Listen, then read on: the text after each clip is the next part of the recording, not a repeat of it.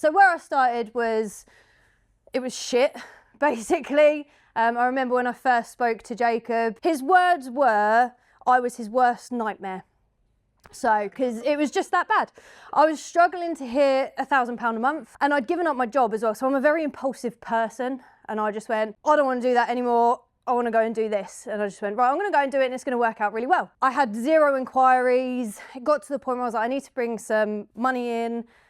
So I started offering dog walking services. I started offering horse services, cat services, small pet services. And there was so much going on that I ended up not being a dog trainer. I ended up being an animal caregiver pet service person, which wasn't where I wanted to be, which is when I then started speaking to Jacob, and he was like, you're shit, we need to change it. So I listened to him, and one of the biggest things I'd say to everyone is when he says for you to do something, don't question it, just do it.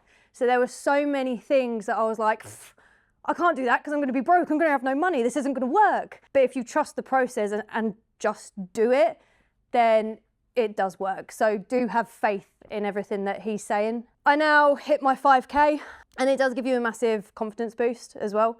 Like, you'll end up walking down the street, maybe in your clothing, and you're just like, yeah, I'm that dog trainer, okay? And I'm now at the point as well where if I'm not hitting 5K, I'm like, what have I done wrong? What has gone wrong this month where I'm not hit? Like, I've sold 3, coming up 4 of my offers this month, and I'm like, what's gone wrong where it's not hit the 5K? And I'm starting to learn how to pinpoint and pick out things that I might be doing wrong, which is mad because before, you know, having a job that paid you £2,000 a month was like, this is a great job, I love it. And now when you hit that 5K, when you hit that 10K, you know, you're always then wanting more, wanting better, because you know that it's possible and you know you can do it. So key lessons that changed it was the way I was doing my content. It was a big thing for me, how I structured my time. And a lot of time was spent doing short form content. So that was something that I had to change. I had to change how I was nurturing my leads as well. So I was just trying to sell, I wasn't being a person, and being my authentic self. So a lot of feedback that I've got from people was just that you're not a dog trainer, you don't come across as a dog trainer, you come across as Abbie, and that's what they really liked. And building my knowledge base, not just on dog training and the basics of dog training, but reaching out further and learning about things that interest me as well. But I've got more slides. So the content creation, and this is the bit where Jacob said is the bit where I'm like, fuck everyone and what they think. Basically, what I was doing before was posting short form content. So I was trying to think of a couple of things to do every single day that people liked, that people wanted to hear, and it was just taking so much time from me, and I was repeating myself constantly, and I wasn't getting the customers that I wanted to get. And instead, I started looking at YouTube, what are people doing on YouTube? So now, on a Monday, I will create a long form piece of content,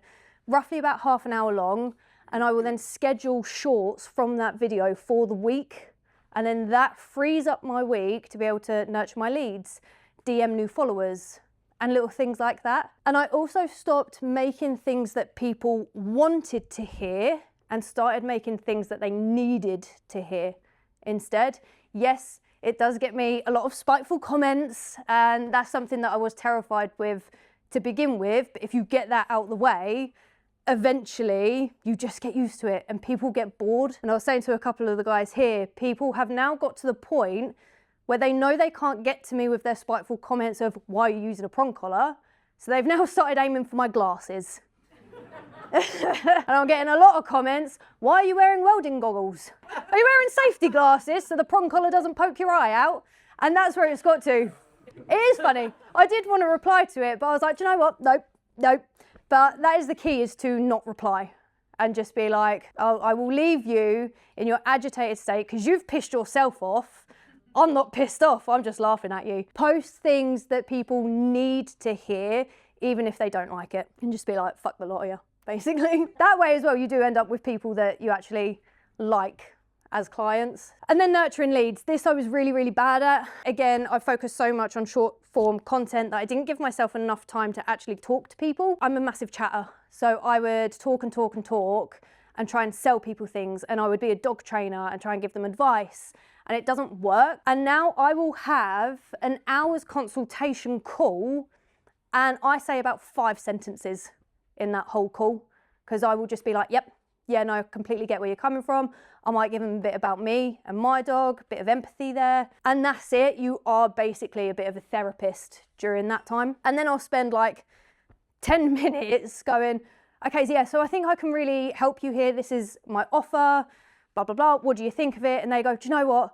Yeah, because you've listened to me and I feel this connection with you. That was a big game changer, was basically just learning to shut up, really. And authenticity. Again, going back to what they want to hear versus what they need to hear. A lot of feedback I've got from my clients is I ask them, okay, so what led you to booking with me? And they said, you didn't give me a sales tactic. You just spoke to me, basically. And they were saying a lot of other dog trainers that they'd got into contact with, you know, were straight off the bat, yeah, I can help you by doing this, this, and this.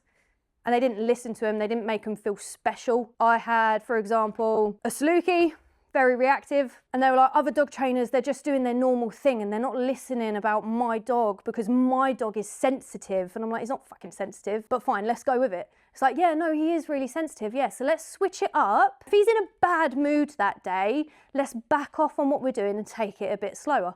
We didn't need to, but it made them feel special, and that's what they really liked about it. And people crave honesty as well, even when it's uncomfortable. So again, quite a lot of my videos that I do, they're honest videos. Some people don't like it. It can make you feel uncomfortable when you're filming them and you're like, oh, I don't know whether I should post this or not. Just post it. What's the worst that can happen, basically? I don't know how many of you watch Jacob's podcasts or listen to it on Spotify. He has a lot of interesting people on there. And a lot of questions that I get is, okay, but why? Why does my dog need to be off lead? What is the benefit of my dog being off lead? And it's like, I don't really know how to answer that question. And I could ask all of you guys and you might come up with the exact same answer of, well, it fulfills them. But then it goes beyond that. Okay, but why does it fulfill them? So for example, in that instance, I know that Jacob had Melanie Ude on one of his podcasts. She's brilliant at knowing all about the brain. So it's like, right, okay, who would be best to ask in this situation? Clearly her, right? And all I done was pop her a message saying, I need the answer to this question, but don't just tell me, I want to learn it. What's some reading resources you can give me? She just gave me a list of books, studies that I could read to expand my knowledge. So when a customer says to me, okay, but Abby, why does my dog have to be off lead? I can go, oh, because this chemical reaction happens in the brain and that makes your dog feel like this. Jacob obviously is amazing with the knowledge that he has, but we're all just human and not one person. Obviously he can answer absolutely everything. For me, it was great to sort of, if there was a specific question that I had and someone here can answer it, was to just be brave enough to go to someone who does have that knowledge for me to be able to get that answer, basically. And then that way your customers see that you are knowledgeable, they have a bit more confidence in you, and you then have a bit more confidence in yourself as well. Which brings me on to my last bit. So obviously all the lessons there is the ones that I've been through, but my last point is basically the confidence. So if you're someone who's not comfortable in front of a camera, if you're not confident in your content creation, you need to get better at it, really. So even if you put yourself out and you say to your friends and your family, can you just sit down so I can, you know, build my confidence in what I'm doing, they'll probably be more than happy to do so. And you just start talking in front of them. My background, I actually come from falconry. So there's people with the big birds and they're on the microphone chatting to a load of people, being like, hey, look at my eagle. That was me. Shit scared when I first started. My first show, I took a load of calms pills. I was like, I can't fucking do this. But after like my 5th show, I was like, hi everybody. And I was like, you shit, you're not making a noise. Hello everybody. And you do become this character. So build a character within yourself that you can then present to the camera and be like, yo guys. Like right now, I'm like, I don't like this. But you go, okay, no, let's switch to the Abbietails persona and be like, you all right? So yeah, grow a bit of confidence in yourself and create that person that you will happily put in front of a camera.